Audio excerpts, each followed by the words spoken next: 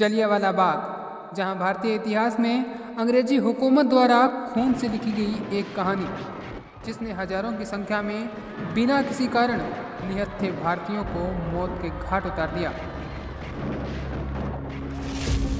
इस घटना ने पूरे देश को अंदर तक हिलाकर तो रख दिया, किंतु समय 1919 का था और राज अंग्रेजों का। I said harder! कभी न ठंडी होने वाली क्रांति की चिंगारी तो भड़क उठी, पर लोगों की कोई सुनवाई नहीं हुई। इसी का बदला लेने फिर एक भारतीय शेर उधम सिंह जा पहुंचा था इंग्लैंड।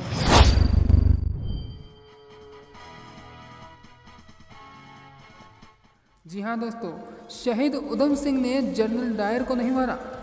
स्कूल में आपको जो मर्जी पढ़ाया गया हो, लेकिन हम आपको बता दें, शहीद उधम सिंह इंग्लैंड कभी जनरल डायर को मारने गए ही नहीं, बल्कि उनका निशाना तो कोई और ही था।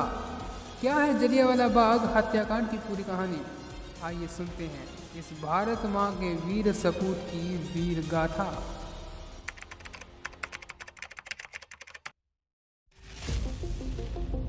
नमस्कार, मैं पारस सोलंकी स्वागत करता हूं आपका एक वीर कहानी में।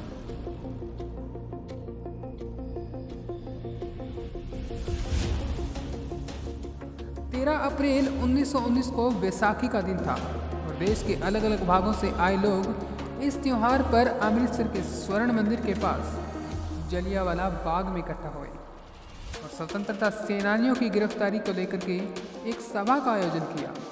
सभा बिल्कुल शांतिपूर्ण थी, लेकिन उसी समय ब्रिटिश सरकार के एक ऑर्डर के तहत सभी सभाओं पर बैन लगा दिया गया।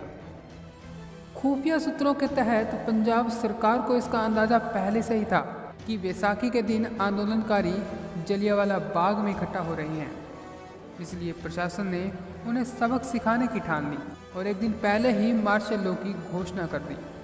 अंग्रेज सरकार ने एक अतिरिक्त सैनिक टुकड़ी को बुलाया और ये टुकड़ी 11 मार्च की रात को अमृतसर पहुंची। दोस्तों, जलियांवाला बाग चारों ओर से ऊंची दीवारों से घिरा है और आने जाने के लिए एक ही रास्ता है, वो भी संकरी गलियारे से होकर गुजरता। सभा का नाम सुनकर वहां 10 से 15 हजार लोग इकट्ठे हो गए। तभी उसी वक्त जनरल डायर के नेतृत्व में एक सैनिक टुकड़ी ने पोजीशन ली और उसने सबसे पहले आने जाने वाले सभी रास्तों को बंद कर अपने सैनिकों को खड़ा कर दिया।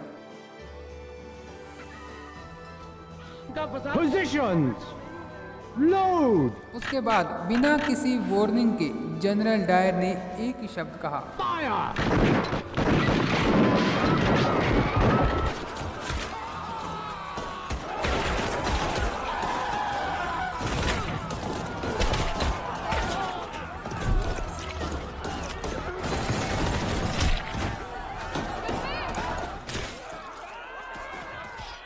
लोगों पर 1650 राउंड गोलियां चलाई गई। लोग जाते भी तो कहाँ, बाहर निकलने के सभी रास्ते तो बंद थे। इसीलिए कुछ लोगों ने वहां बने कुएं में कूदकर अपनी जान दे दी। लगातार 15 मिनट तक हाई फायरिंग में बच्चे, बूढ़े और औरतों को हजारों की संख्या में मौत के घाट उतार दिया। अंग्रेज सिपाहियों की गोलियां तो खत्म हो चुकी थी, लेकिन जनरल डायर का अभी तक मन नहीं भरा। वो तो बर्बरता पर उतर आया और इसका इनाम उसे मिला।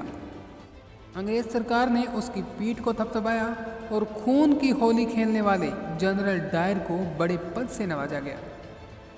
दोस्तों, इस हमले में बहुत कम लोग जिंदा बच पाए और जो जिंदा बचे उनमें से एक था 18 साल का अनाथ लड़का, जो कि ब्रिटिश हुकूमत की जमीन हिला देने वाला था, जिसे हम भुला चुके हैं। जी हाँ, उधम सिंह।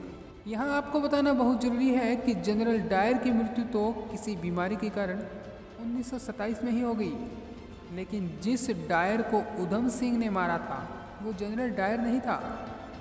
वो तो उस वक्त पंजाब के लेफ्टिनेंट गवर्नर की पोस्ट पर मिचाइल ओ डायर था, जिसके इशारे पर जनरल डायर को इन लोगों पर गोलियां चलाने के लिए कहा गया।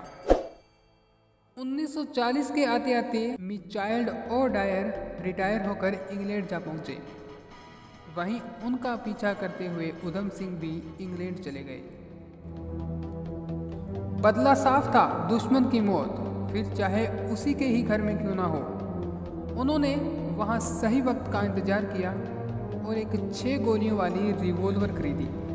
इसी दौरान उन्हें पता चला कि 13 मार्च 1940 को रॉयल सेंट्रल एशियन सोसाइटी की लंदन के कोस्टन हॉल में एक बैठक होने वाली है और वहाँ मिचाइल ओडायर भी भाषण देने वाले हैं। उधम सिंह को अपना बदला लेने का मौका मिल गया। उन्होंने अपनी मोटी किताब को काटकर रिवॉल्वर को छिपाया और जैसे तैसे करके उस सभा में जा बैठे।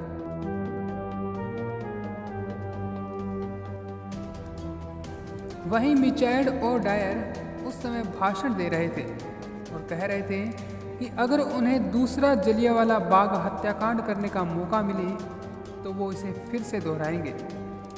दुश्मनों के बीच अपना शिकार करने आए भारत के उस शेर उधम सिंह ने अपनी रिवॉल्वर निकाली और एक के बाद एक 6 गोलियां चला दी, जिनमें से 2 गोलियां मिचाइल ओडायर के कलेजे से होकर गुजरी और उधम सिंह का बदला पूरा हुआ। जिसके बाद वो वहां से भागे नहीं, अपने आप को पुलिस के हवाले कर दिया।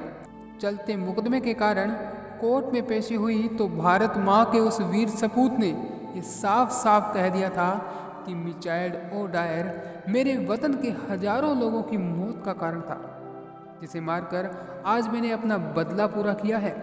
अब मुझे ना तो जीने की ख्वाहिश है और ना ही मौत का डर। मैं अपने वतन के लिए शहीद हो चुका हूँ। इस घटना से पूरी दुनिया में उधम सिंह की चर्चा होने लगी, लेकिन उसी वक्त नेहरू और गांधी ने इस घटना को गलत ठहराते हुए इसकी निंदा की और इसे एक बेवकूफ़ाना हरकत बताया था।